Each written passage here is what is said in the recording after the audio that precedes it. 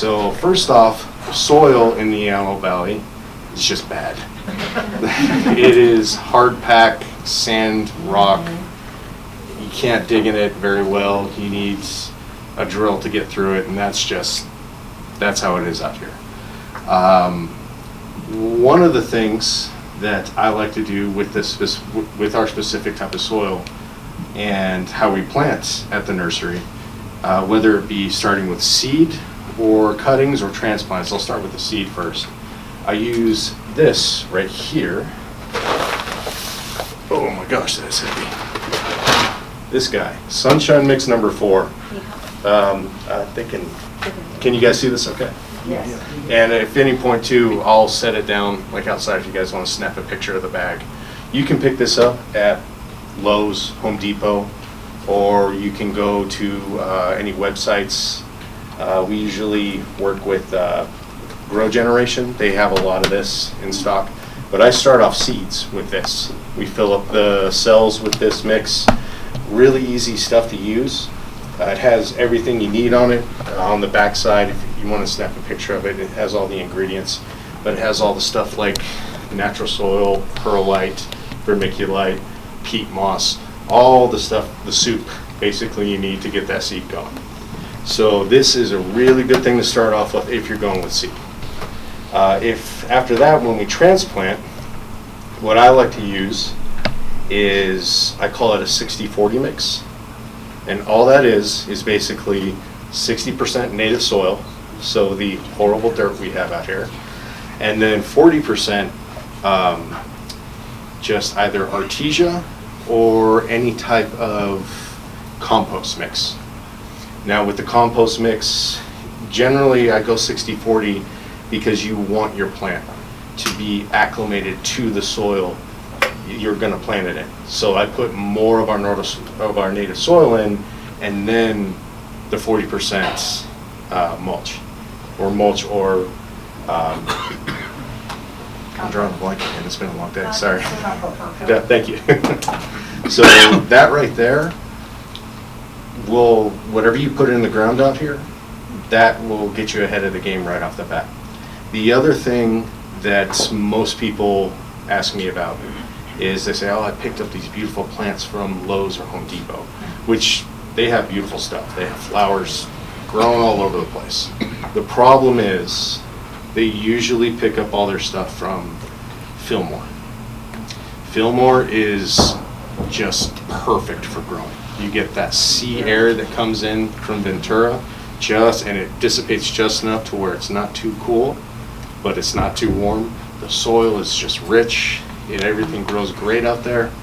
Then you ship all those out to here, and it's like throwing it either in an ice box or an oven. So when people pick that stuff up and they throw it in the ground and then it dies, they think, oh no, I'm doing something wrong. Nothing's wrong, it's just it's not acclimated to the area. The Antelope Valley is actually pretty unique in the sense of its weather, because we're one of the few places in the United States where we get extremes on both sides of the hot and cold spectrum. Like this week is supposed to be up to 90 degrees all week, and then next week it's going back down to 70. You know, and yeah, I applaud that too. I want it cold again. But yeah, and the way it swings back and forth, unless you've grown a plant here and made it acclimated to that, it's gonna stress like crazy and it's most likely gonna die.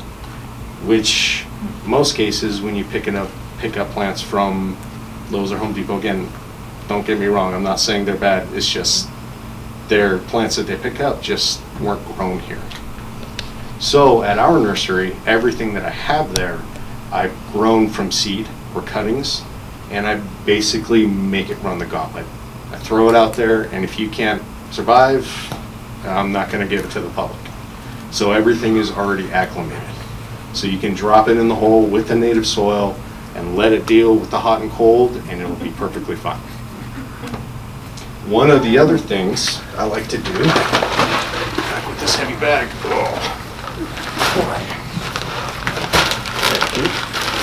is the fertilizer.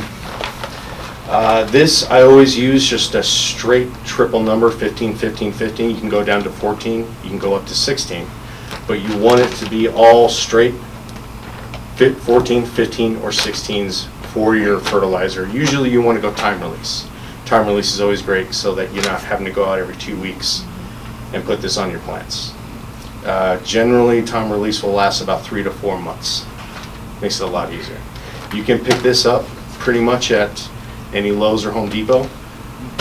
Generally, a bag of this costs about, depending on which brand you get, $30 to $50. It'll last you quite a bit.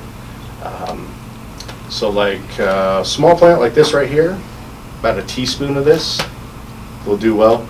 And then just every size up, like this is a 5-gallon, 2 teaspoons. I don't have a 15-gallon here with me, but 3.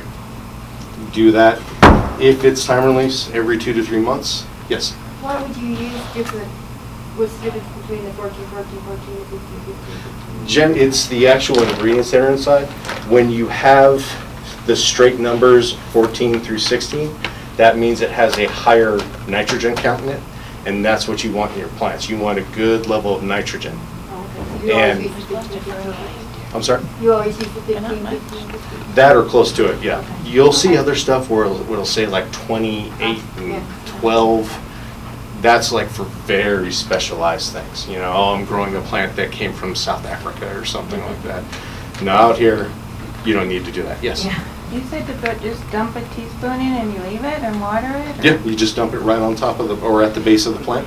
Oh, you don't have to mix it in? You don't have to mix it in, it soaks right into the ground. If you want to take the time to do that, you can. But where I am, I just drop it straight in the pot. Okay. Really easy. So as far as the actual planting portion, that's all you really have to do. You just need to make sure that your plants are getting enough native soil when you're transplanting so that it gets acclimated. And on top of that too, if you go pick up plants someplace, you might want to ask, you know, oh, was it grown here or was it shipped from someplace else? And already I can tell you that black thumb you were saying you had is now going to be a green thumb. And then you'll be good. You know, all those plants you said, oh, I killed, that's not your fault. So, soil, and the next thing I would suggest as far as the actual plants go, out here we have our plants, our native plants are, they're very unique in the sense that they grow specifically only in this place, like a Joshua tree. There's only 3 other places in the world that they grow besides here. And I believe that was Jerusalem. Oh, and there's 2 other places. I can't remember right off the top of my head. 29 but- Palms area? I'm sorry? 29 Palms area? Yes, yeah. So a lot of our natives out here are very exclusive. And what a lot of people don't realize is that these plants actually do have a lot of color to them because everyone likes to have their yard look really pretty. They want all the colors, the reds, the yellows, all that fun stuff. You can actually get it. You just need to make sure that, again, it's acclimated to the area and that you just have that specific type of soil ready to go when you get it in. So next thing I will talk about are these specific plants.